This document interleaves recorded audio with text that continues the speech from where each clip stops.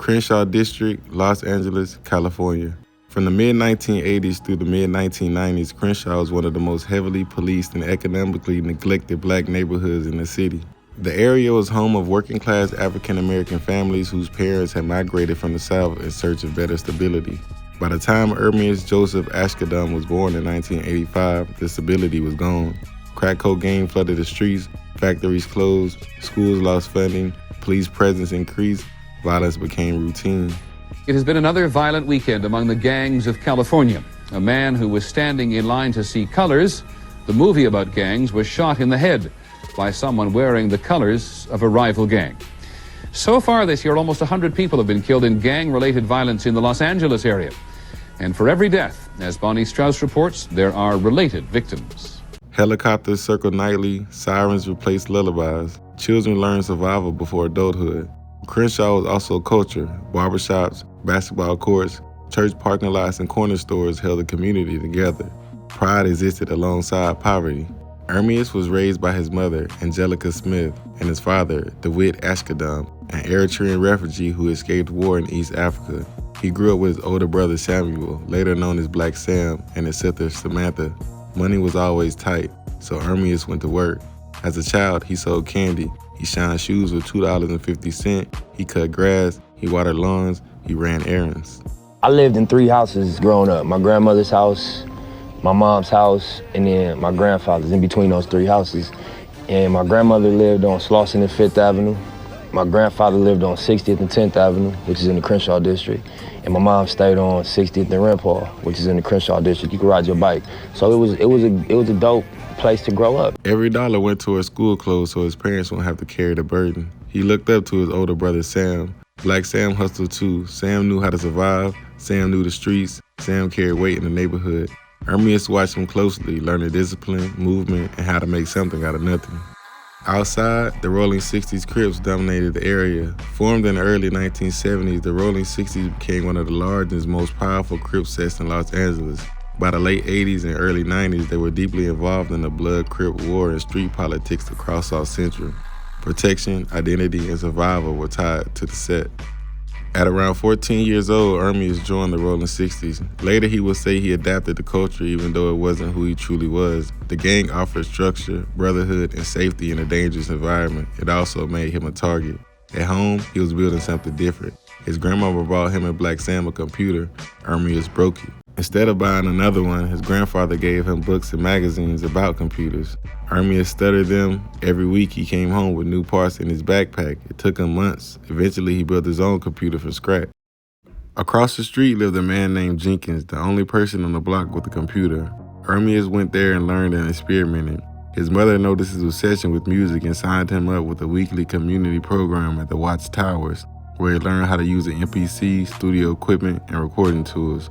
He started as a producer before he became a writer.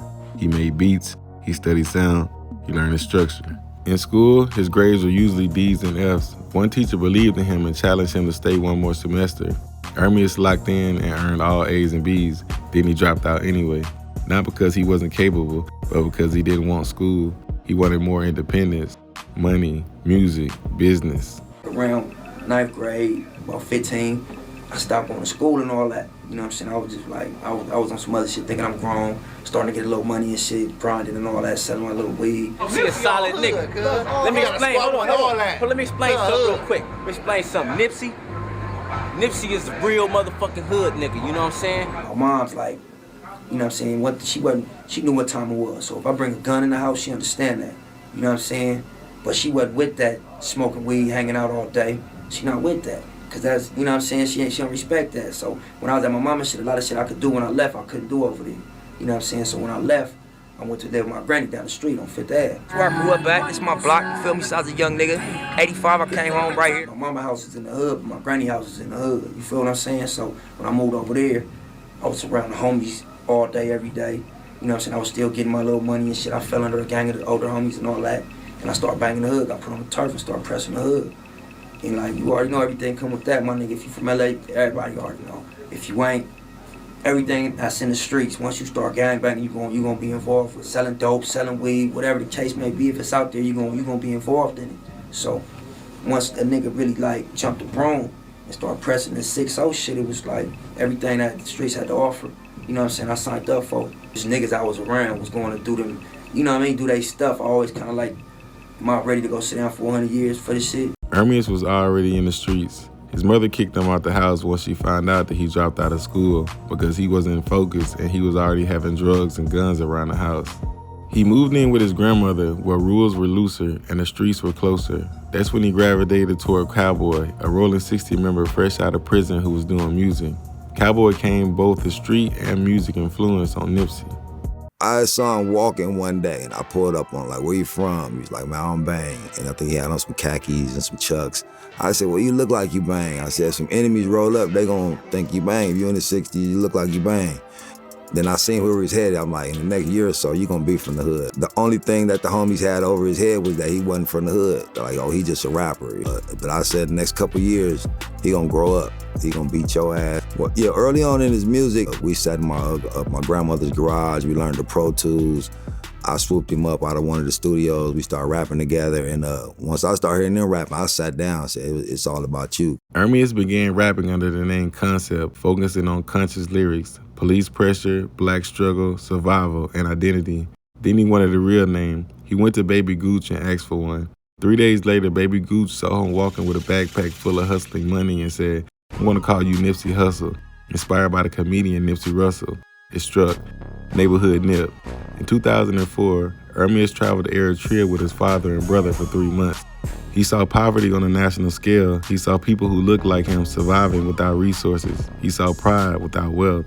For the first time, he understood how blessed he was. When he returned, he wanted more than success. He wanted to help his people. He wanted to represent black culture. He wanted to build something lasting. He began thinking about ownership, community, and legacy long before the fame. But back home in Crenshaw, another kid from the same set was walking the same streets, making music too, watching Nipsey rise, not knowing their paths would one day collide.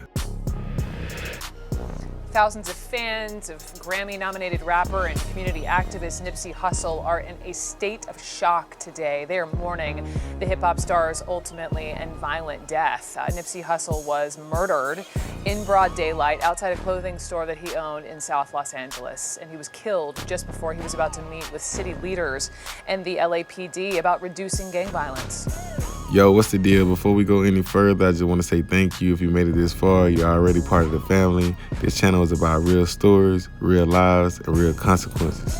We're almost at 1,000 subscribers, man. We almost there, and that means everything because this isn't clickbait history. This is real culture, man. This is real stories, real hip-hop. So if you rock with the documentaries like this, hit the subscribe, hit like, and drop a comment. Let me know who you want me to cover next, what stories deserve to be told, what names gets forgotten that shouldn't be. This is when the mic fades. And now, let's get back to the story, because the marathon continues. Right here is a guy who looks like Snoop Dogg. Damn. But he ain't Snoop Dogg. Well, you do look. I get that all the time. What's your name, man? You new and upcoming, but you're at this summit. What's your name? Where you from? My name Nipsey Hussle. I'm from LA, Slauson, Crenshaw area. Y'all know. Well, Nipsey Hussle, that's named after Nipsey Hussle, the comedian. Correct, yeah. So talk a little bit about yourself, man. What brings you up here, up and coming, and how come you're not blinging and having all kind of crazy diamonds and all that? I guess you here to get your money right, huh? All the time, you know, all that is cool for the image and all that, but all them is liabilities, you feel me? I'd rather invest in some real estate and something. Oh, wait, can you repeat that again, man? You're up and coming artist. What did you say you want to do? I say invest in some assets as opposed to trick off my money on some liabilities like diamonds. You know what I'm saying? Cars that lose value, so you drive them off the lot. So you're trying to get land. Exactly, a real asset. Take care of my peoples, cause you know it look good, but at the end of the day, you losing value, homie. It ain't appreciating, it's depreciating. It's losing value. Black Sam's hustle was already deep in the street. He had become one of the biggest bootleg DVD and CD sellers in the area, stacking cash fast. At one point, Sam buried nearly $250,000 in the backyard. When they went back for it later, more than $100,000 had ruined by moisture and mold, a painful lesson about fast money and no structure. Not long after, police raided Sam for selling illegal DVDs and seized his hard drives that also held Nipsey's early music. Overnight, Nipsey lost months of work. That moment forced him to stop relying on anyone else and figure out how to move on his own. Before the internet knew him as Neighborhood Nip, Nipsey dropped his first underground project called Fuck the Middleman. There's no official digital record of it because he didn't upload it anywhere. He sold it hand to hand, out of his car, in the parking lot, on corners, and at swap meets. No labels, no backing, just CDs in the trunk and a belief that if people heard him, they would come back. That was his blueprint, independence before industry. He even told people, yo, throw it out the window if it's whack.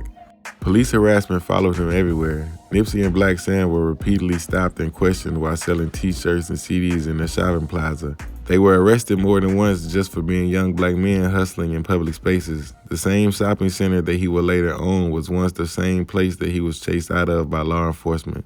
Every arrest made him angrier, but it also made him smarter about how he moved.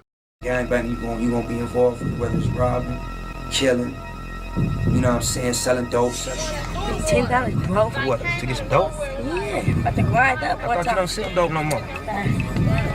I lie sometimes. Come on, cuz. Nah, I'm about to. What you finna get? An 8-ball? 7? A gram?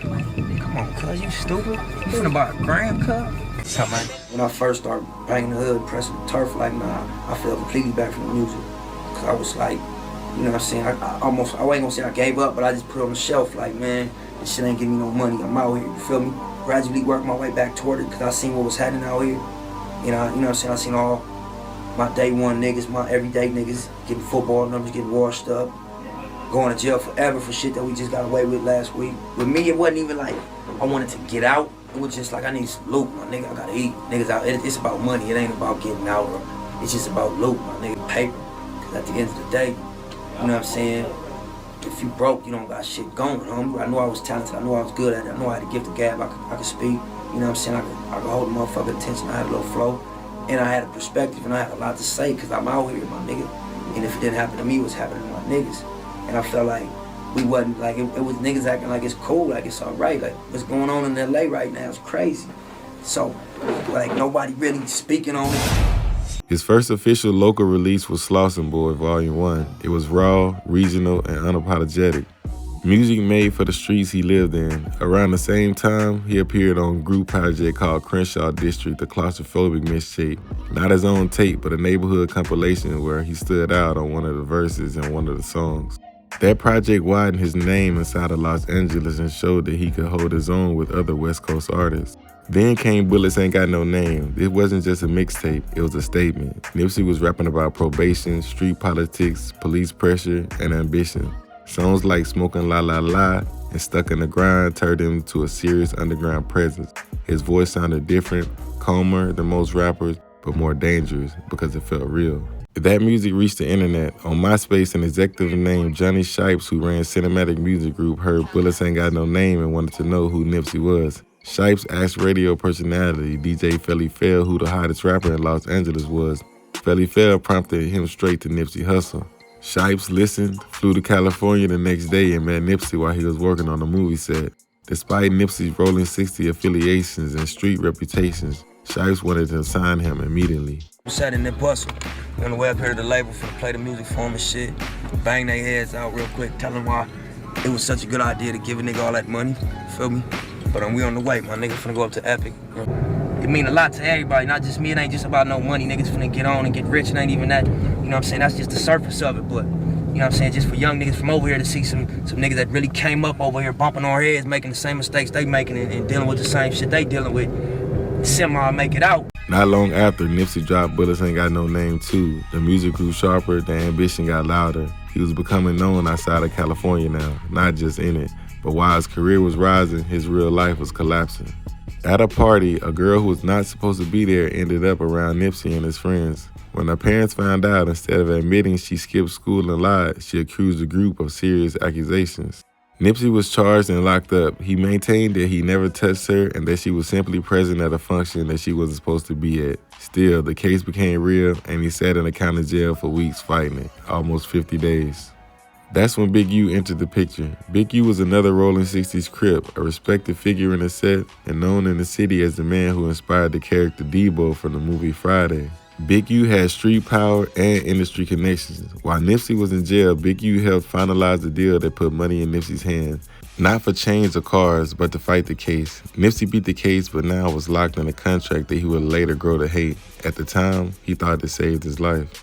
During the same period, Nipsey became a father for the first time. His daughter, Imani, was born, changing the way he looked at everything. Hustling wasn't just for him anymore, it was for her.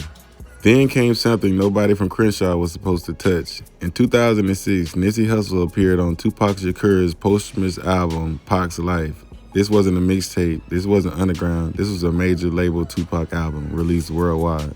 For Nipsey, it was the first real breakout moment outside of Los Angeles. He was featured on the album at a time when most executives still saw him as too street, too vocal, too gang affiliated to market. But people behind the scenes didn't care about optics, they cared about authenticity, and Nipsey had it. That feature didn't come from luck, it came from the buzz he was building inside of LA, from selling music out of his trunk, from Bullets Ain't Got No Name, and from DJs telling industry executives the same thing over and over. If you're asking who's next to blow in Los Angeles, it's Nipsey Hussle. Neighborhood Nip Hustle, SlawsonBoy.com. Walking in the Epic right now, finna go out there on Brandon Creed real quick. Black Sam, what's up, my nigga? It's my brother from the pen calling. I'm in the meeting at Epic. What's up, big homie? How you doing? Everything good. Love you, bro. Hold on. This is Sunny D. Hey, Sunny D, how you feeling? How's it going? Okay. What's up? Nice to meet you. Good to meet you. It's Black Sam, man. Say something, bro. Oh, man, what's happening? I don't really have much to say, man. Just niggas trying to make this shit right. I know my brother out there doing his thing. Hey, what's up to everybody? What's happening with it? It's your boy, Neighborhood Nip Hustle. Just leaving the building. Just bang their heads real quick. Played all the new shit for them. You know what I'm saying? They finna cut some more big ass checks. Gonna see a nigga with some more jewelry coming soon. Just holla at my nigga Black Sam in the pen. Cuz doing good. So we up out of here, my nigga. Another day, another dollar. You already know. All my niggas. That's the way that we. Being on the Tupac album meant something different in the city. Pac wasn't just a rapper, he was a symbol. And Nipsey didn't treat the moment like a trophy, he treated it like a responsibility. Because now, for the first time, his voice wasn't just echoing through Crenshaw, it was echoing through the whole world. By the late 2000s, Nipsey was visible enough to walk the red carpet. He appeared at the industry events like BET Awards, standing next to artists who once felt untouchable. The boy who sold CDs from his trunk was now standing inside the building.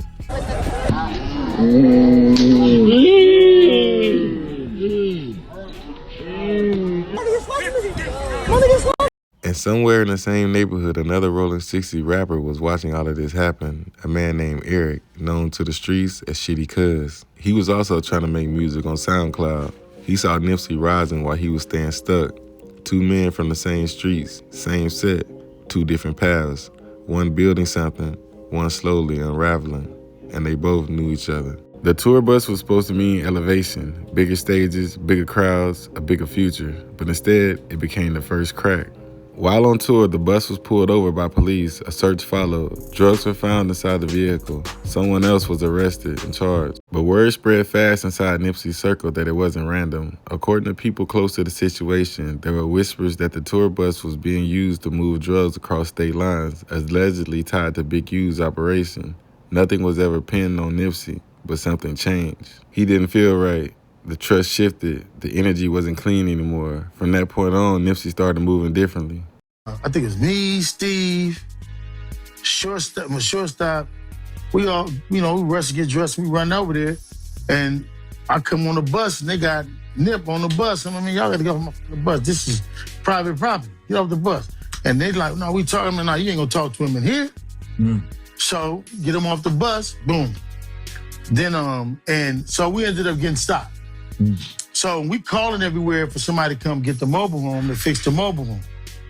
When they come to get the mobile home, it's the feds. At the same time, the pressure never stopped. Gang politics followed him everywhere. Shows, clubs, video shoots. In 2010, the Rolling 60s related club raid led over 40 arrests, with Nipsey listed as the headliner. His name stayed attached to things he wasn't controlling. Got out of prison. You were locked up for how long for violating probation or something? Yeah, I wasn't in prison. I was in the county jail in L.A. Okay. But, a couple months. Like, what I'm saying? I signed my deal in January.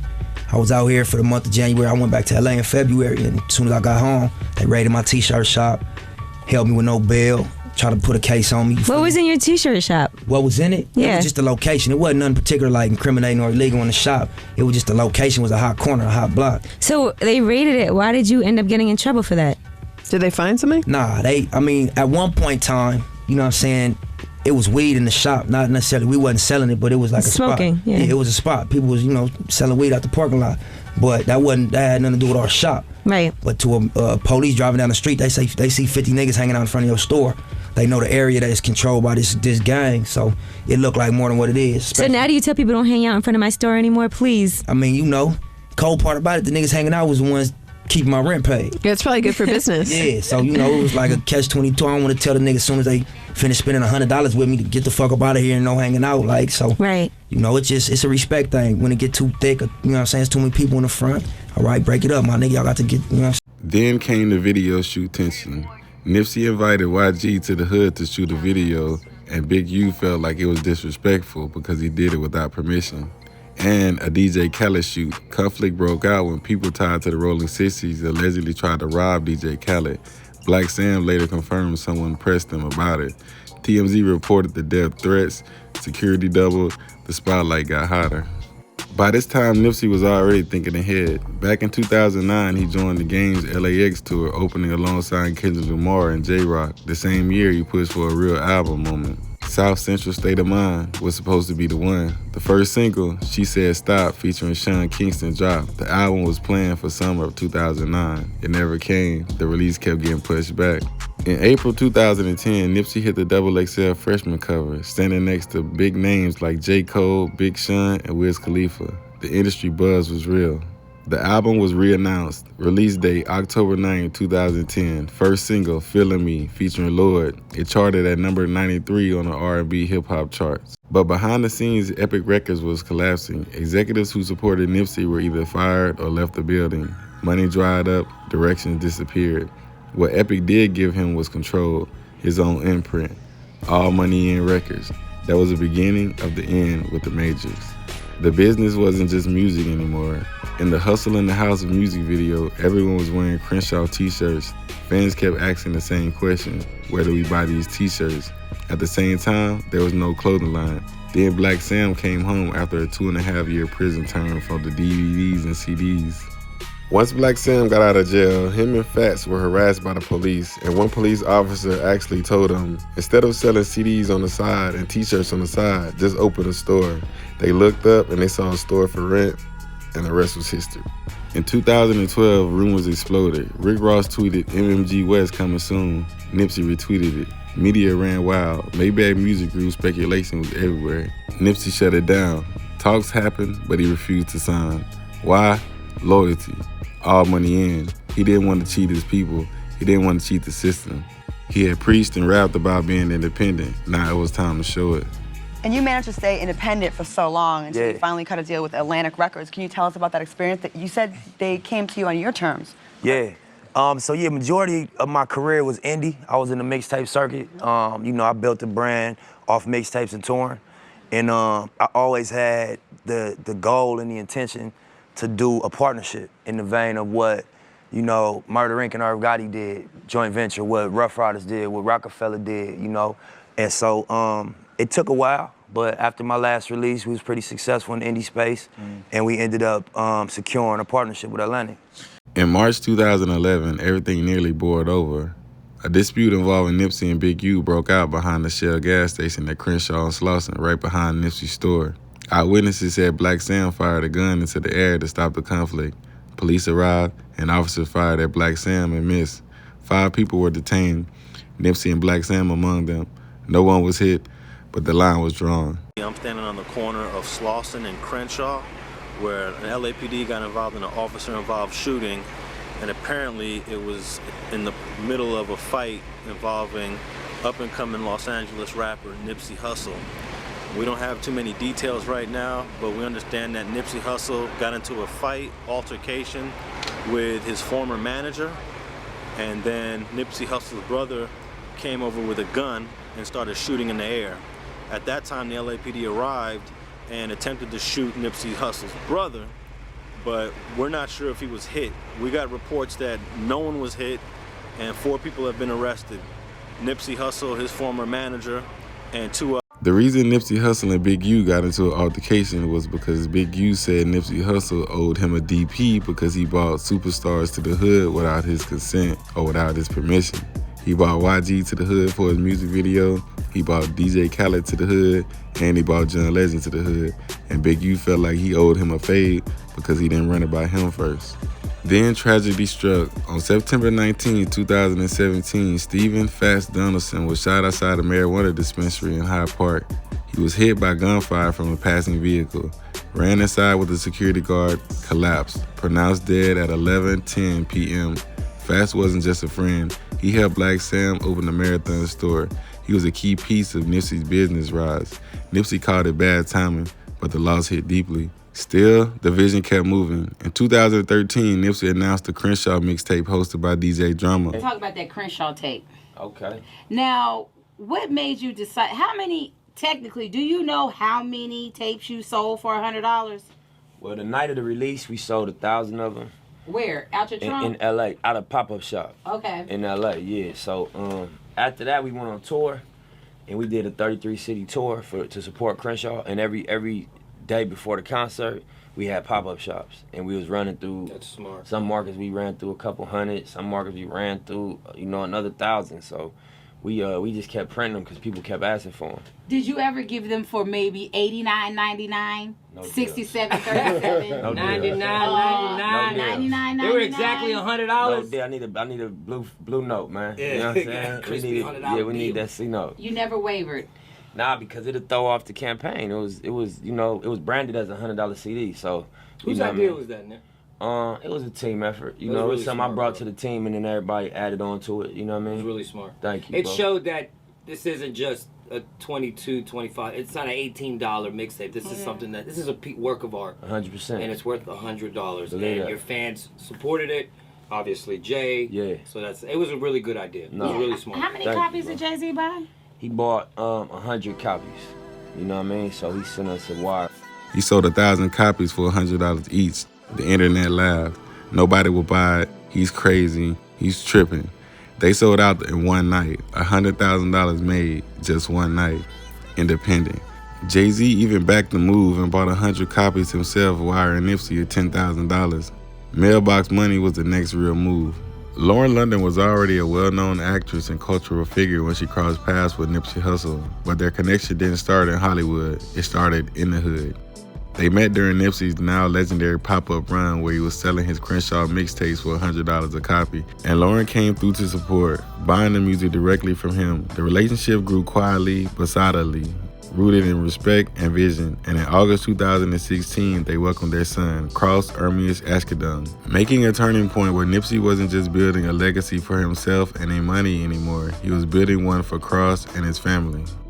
I think the definition of fatherhood is the consistency of being a father figure in your child's life. In 2016, Nipsey launched Elite Human Hair on Slauson Avenue. The idea came from a conversation in the county jail. Indian hair imports, legal hustle, ownership. In 2017 and 2018, the Marathon Smart Store opened. RFID tags and clothing, exclusive content unlocked through an app. Apple later adopted similar models. They gonna let us.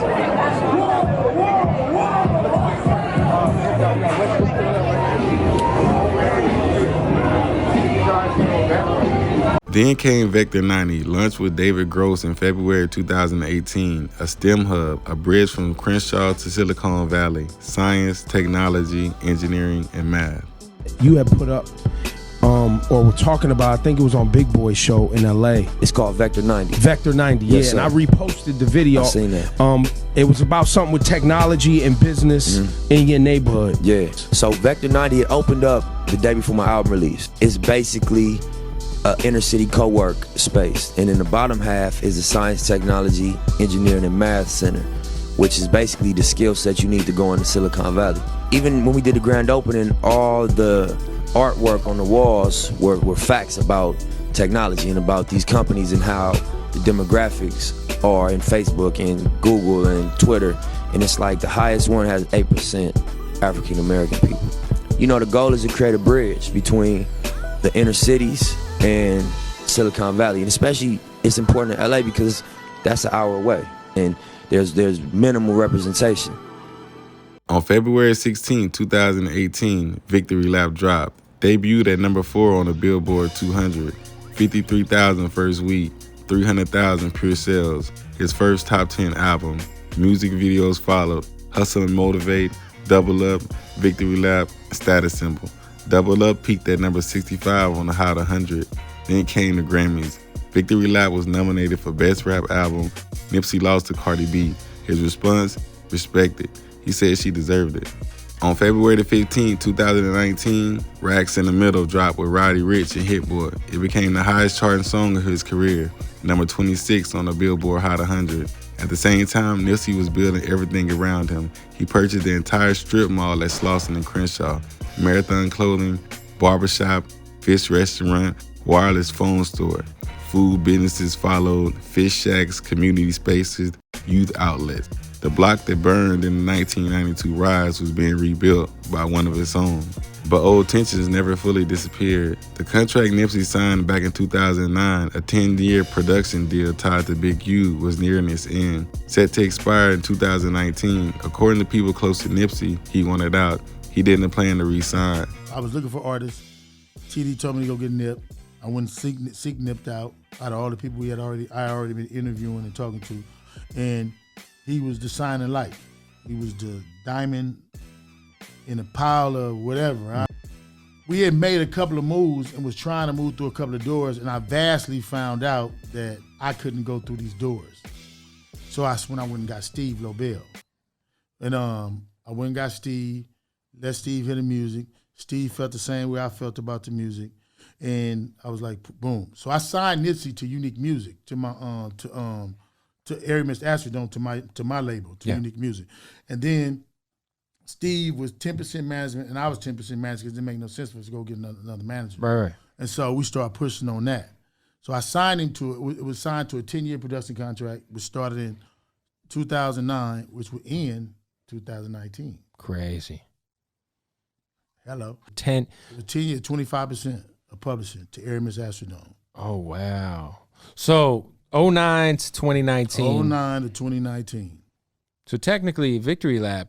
Hello. Okay. Wow. Wow.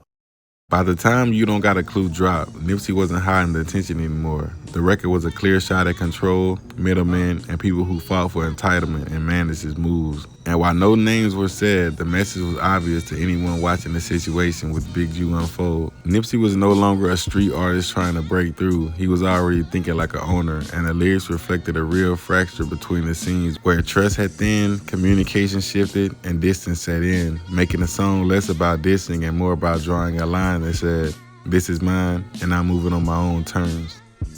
By 2014 into 2018, Nipsey's focus had fully shifted from just surviving the industry to owning pieces of it. He expanded Marathon beyond music, partnering with Fat Burger into Crenshaw District, reopening World of Wheels as community space, investing in Followcoin, launching the Marathon OG strain with the Cure Company, and opening businesses like Fish Shack, Steve's Barbershop, and Marathon Water. At the same time, he was executing the Proud to Pay model again. Singles like Rap Niggas, Last Time That I Checked, and Grinding All My Life didn't just chart. They carried the message of ownership, independence, and self-determination, culminating in Victory Lap, debuting at top 5 on the Billboard with heavy pure sales. What made it different was the timing, the business, the music, and the community plays were all happening simultaneously. Nipsey wasn't separating music from legacy anymore. He was stacking them on top of each other, block by block, deal by deal, proving that the marathon wasn't just a metaphor, it was an infrastructure. But somewhere else in the same neighborhood, years before March 31st, Eric Holder Jr. was unraveling. According to people from the area and later court records, he'd been jumped over snitching allegations and hospitalized with serious head trauma. After that, those close to him said his mental state had declined. Reports and street accounts claimed that he began using drugs heavily, spiraling further away from stability. No respect in the hood, no motion, no money, no views. While Nipsey was building ownership, purpose, and visibility, Holder was fading into isolation. His rap name was Fly Mac, but there was nothing fly about it. There was no career, no platform, no direction. Two men from the same soil moving in opposite directions, and the distance between them was closing fast. You know, and I think that's my challenge when I create. I got a few objectives. You know what I'm saying? I want it to be the most applicable and most understandable and most, you know what I'm saying, entertaining and most authentic. A representation of what's real to me. Putting on for my city got 100 stats. I'm the realest nigga in it, can't front on that. Know some fake niggas hate me cause they wanna rap. But if they dumb enough to say it, I'ma fucking snap. At the time now, it was it. a different energy, you know, we carried. And it was different, you know, life we was living. You know what I mean? I drive through now, I'm off probation. You know what I mean? I'm fully legit, I'm fully professional as an artist. I moved through and it's like, I'm proud of the struggle and I'm proud of the hard times, but it's like, it's real. It's do or die right now. Earlier that day, Eric Holder Jr. was already angry. He was riding around Los Angeles with Brianita Nicholson, a woman he had been seeing. She had been driving Uber earlier that day, and Eric knew she had another man in the car before him. She took that man to Disneyland. While they were riding together, the tension sat heavy in the car. At one point, Brianita reached over trying to touch him, trying to smooth things over. Eric shut it down immediately. Go rub that other dude you took to Disneyland. That resentment didn't fade, it stayed. They continued riding around Los Angeles looking for something to eat. No destination, just driving. Eric quiet, sick that he didn't get to go to Disneyland. Eventually, they pulled into the strip mall on Crenshaw and Slauson at the Master Burger. Before they got out of the car, she looked across the parking lot. She saw Nipsey Hussle, and she reacted instantly. Oh my God, that's Nipsey Hussle. He's so fine. Eric heard it. That was before a word even exchanged, before anyone stepped out, before anything happened. Nipsey was already outside. Red shorts, white t-shirt, white do-rag. Talking to people, laughing, signing autographs, moving comfortably in his own space. Eric got out of the car, no shirt on. Nipsey noticed him. He leaned toward a rim paw and said quietly, I wonder how this is going to turn out. Eric walked up, the interaction didn't explode immediately. They shook hands, they spoke calmly. Then Nipsey brought up the rumors. He told Eric people had been saying paperwork was floating around that he should handle it, and according to witnesses, it wasn't aggressive, more like a warning meant to keep someone alive in the environment. Eric didn't receive it that way. He got defensive. He asked Nipsey something like, you ever snitch, cuz? You have to know how to play that balance. You know what I mean? Especially being someone of a celebrity status, someone automatically gonna look at you when you tell them anything street related or something like that. It's like, fool, I'm down here every day.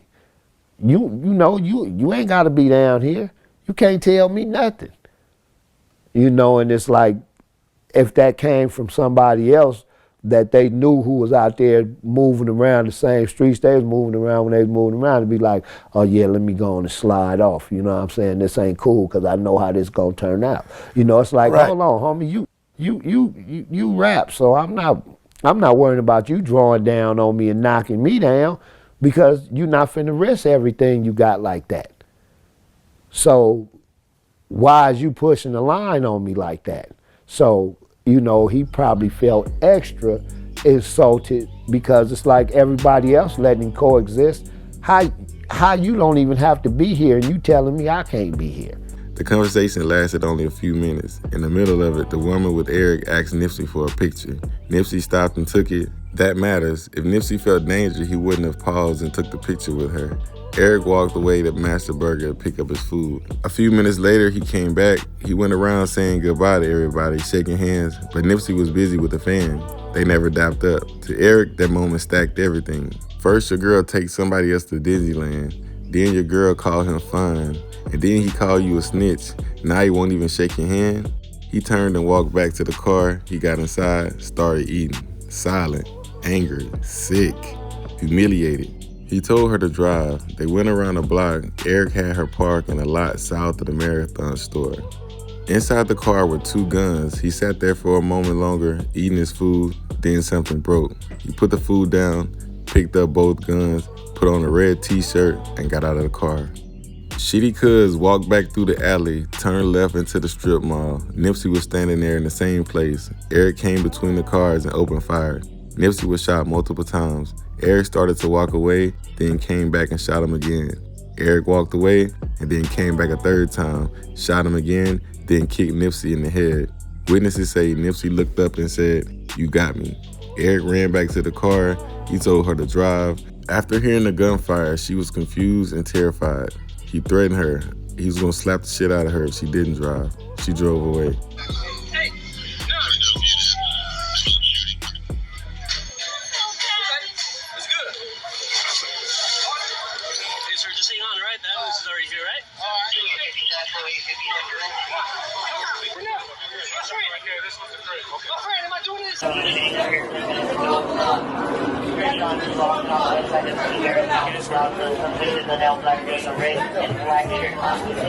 Back in the parking lot, people screamed, ran, dropped to the ground. Black Sam rushed toward his brother. He watched Nipsey bleeding out on the concrete they had built together.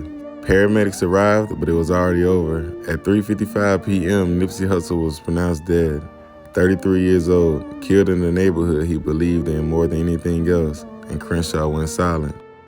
When the gunfire finally stopped, Nipsey wasn't the only one down. Standing just feet away from him was Kerry Lathan, a longtime neighborhood friend who Nipsey had come there to help that day. Kerry had just been released from prison after serving 25 years, and Nipsey was giving him free clothes trying to help him restart his life. When Eric opened fire, one of the bullets struck Kerry in the back, shattering his spine. He collapsed in the parking lot, unable to move, paralyzed instantly. The man Nipsey came to help would leave the parking lot in a wheelchair for the rest of his life. Speaking out for the first time since he was shot. The man who was standing next to rapper Nipsey Hussle when a gunman opened fire on both of them. Well, tonight he is fighting mad about the way that he was treated, he says, after the attack. Kerry Lathan was actually arrested after the shooting, and he is not happy about that.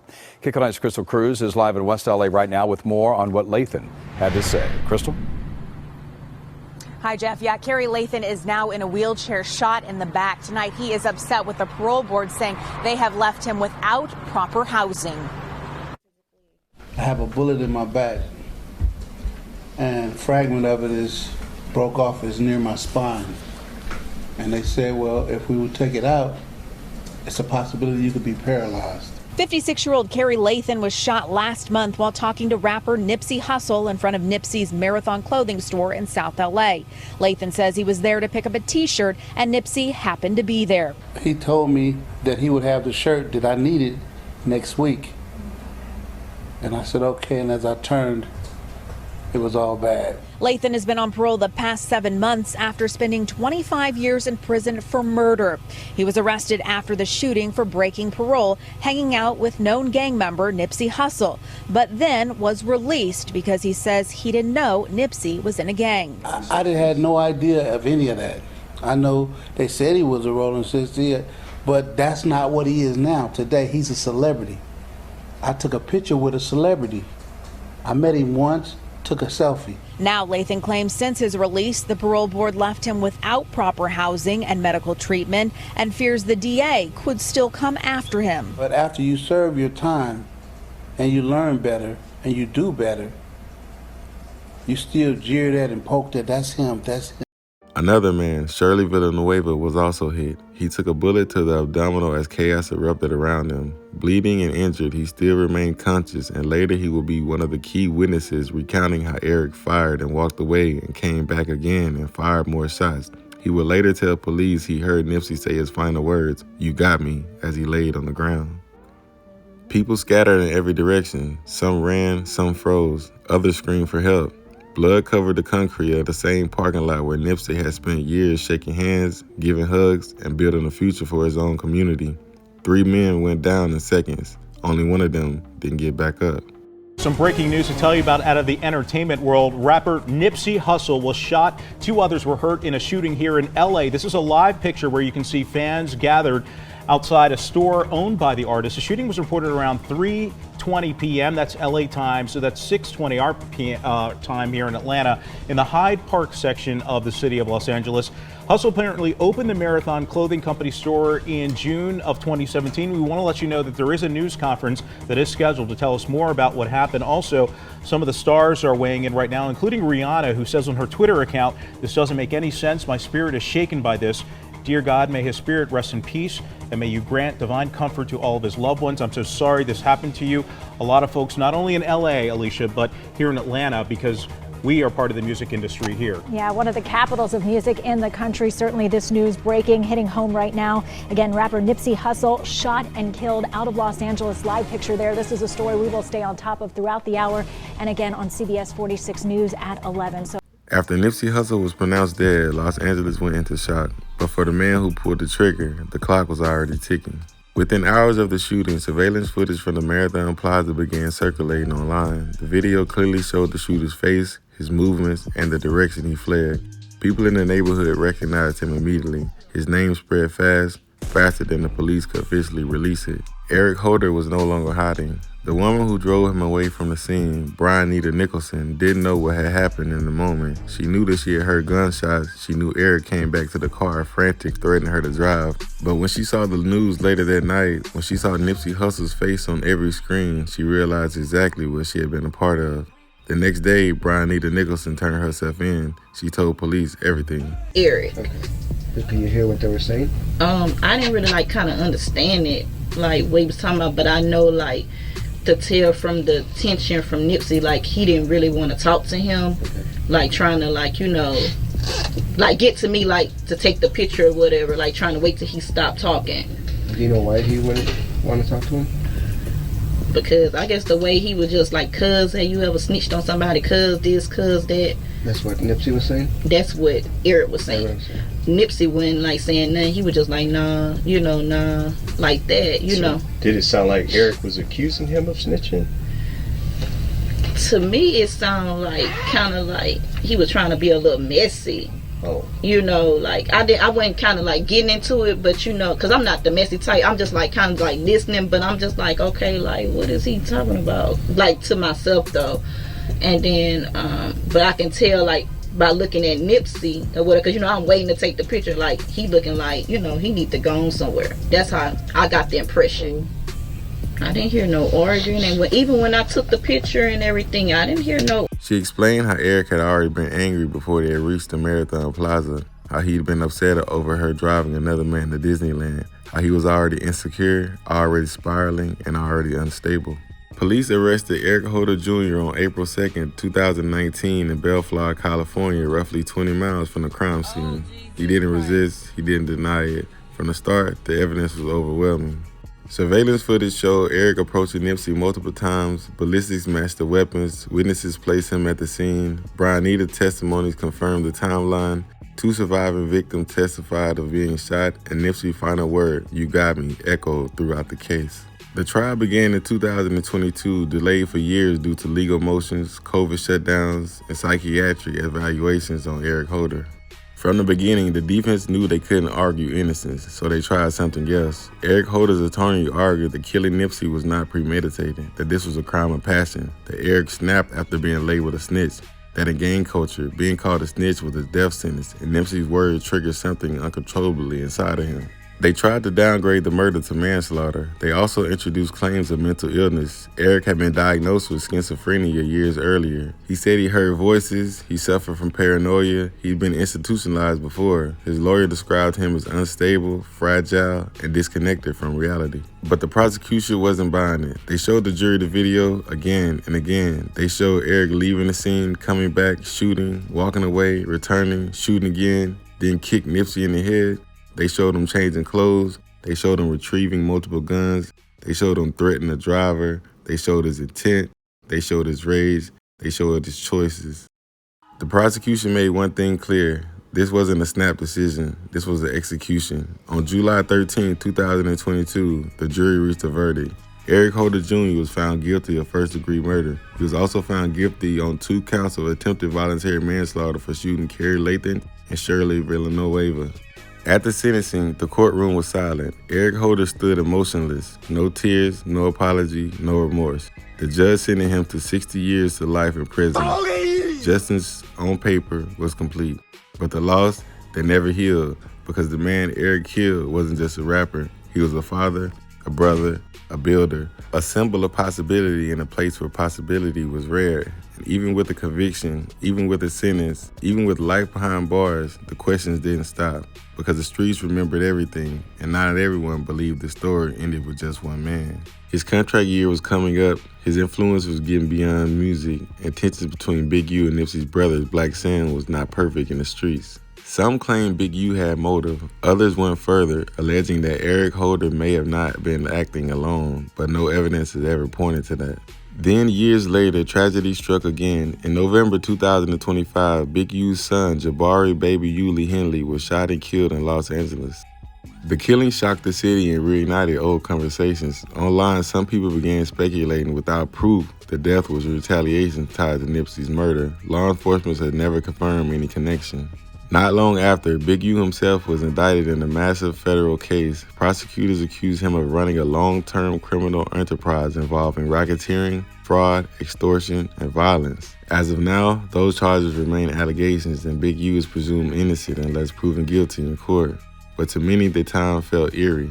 One story that continues to circulate claims Big U allegedly called someone to speak about Nipsey being shot while Nipsey was still alive. That same person later learned Nipsey had died roughly 30 minutes afterwards. I'm on a phone, he FaceTimed me. So he FaceTimed me and stuff like that. He was like, Nipsey just got killed. I didn't hear that, so I hang up with him.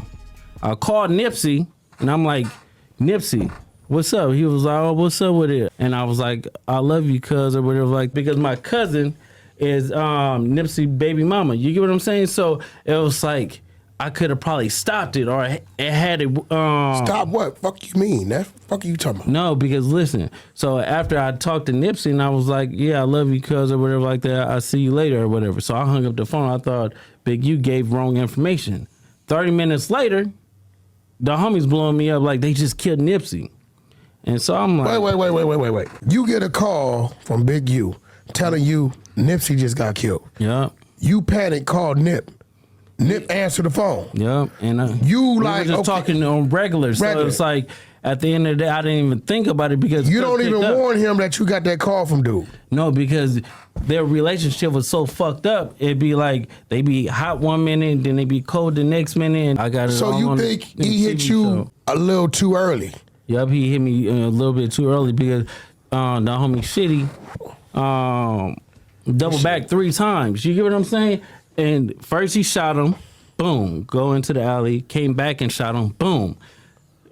It wasn't good enough, and then he came back and he shot him again. Others point to the inconsistencies in Big U's public accounts of where he was that day. None of it has been sustained in court. What's left is uncertainty. No conviction tying anyone else to Nipsey's murder. No confirmed conspiracies. Just unanswered questions, rumors, and communities still in search of the truth. And that's where the chapter ends, with doubt, with speculation, and with the loss that still echoes through South Central. On April 11, 2019, South Los Angeles stood still. Inside the Staples Center, more than 21,000 people filled every seat for a celebration of life, not just to mourn Nipsey Hussle, but to witness what he had become. The air carried grief and gratitude at the same time. A city wasn't just saying goodbye, it was taking inventory. Lauren London spoke with a quiet strength that felt almost unreal, sharing words that were never meant for an arena, but somehow belonged to one.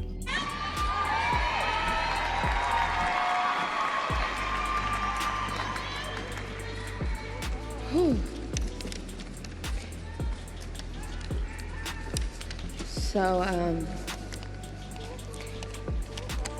never was I prepared for anything like this, so bear with me, y'all.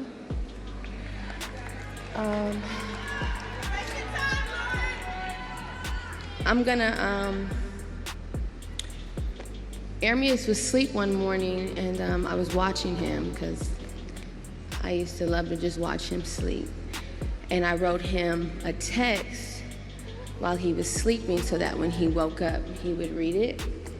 And so I'm gonna share with you that text, and then I'll go into my little stories about him that were special to me. Tribute followed from Snoop Dogg, Stevie Wonder. A letter from President Barack Obama was also read aloud, recognizing Nipsey not just as an artist, but as a builder, someone who turned belief into infrastructure. Then the doors opened and the city carried him home.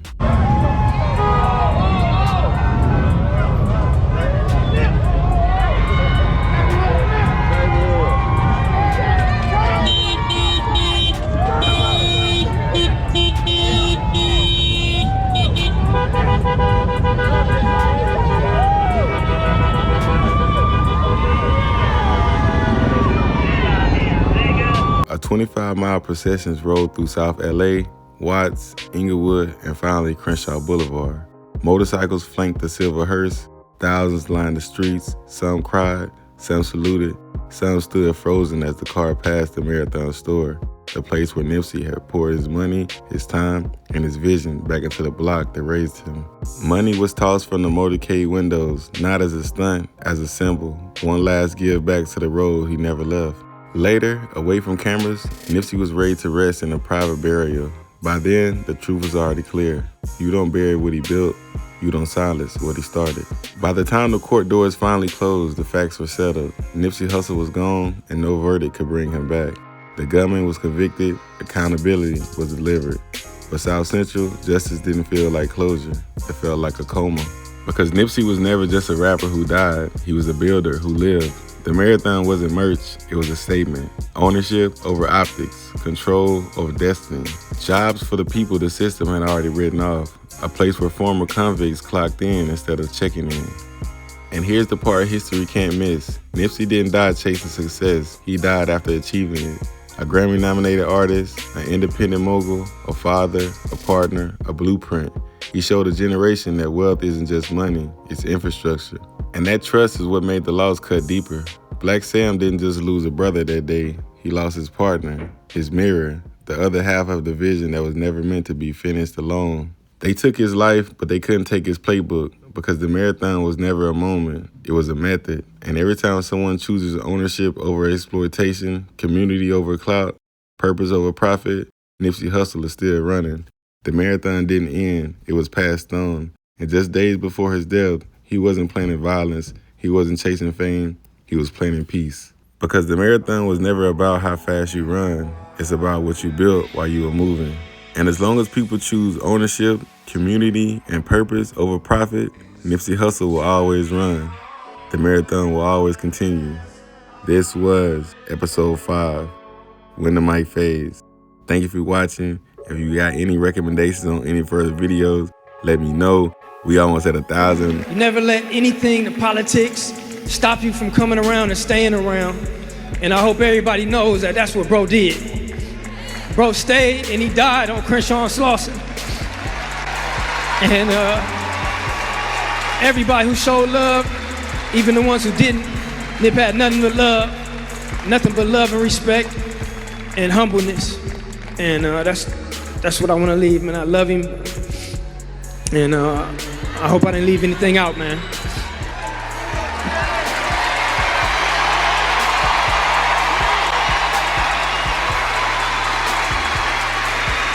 It was different, bro. Like, they took one, like his spirit was different, man. His energy was different. And you know how I know this, bro? Because I ain't know him like that. I cried for like 15 minutes this morning. Like, nah, son was a real one, man. And it's like, he didn't do nothing wrong. We could argue, he could have been smarter about it, not said nothing, or there's somebody else could have said it. But at the end of the day, he didn't do nothing wrong. If that man, if he told man, yo, you not welcome around here because you did wrong, you did bad, you ratted on somebody, from what I'm hearing, if that's what happened, he didn't do nothing wrong. Sometimes it be real official street guys, but they can't do the bid, so they tell. And when they tell, they know they're not supposed to do that, so that mirror is ugly to them. So when you make mention of it, you reminding them of the ugliness. Ain't nothing funny about that now either. But I know when Nipsey got, I think Big U had that Big U on his face. I bet you can turn that motherfucker upside down now. If I die today, I made the set proud, nigga. You made the world proud. You know? Look at this shit, bro.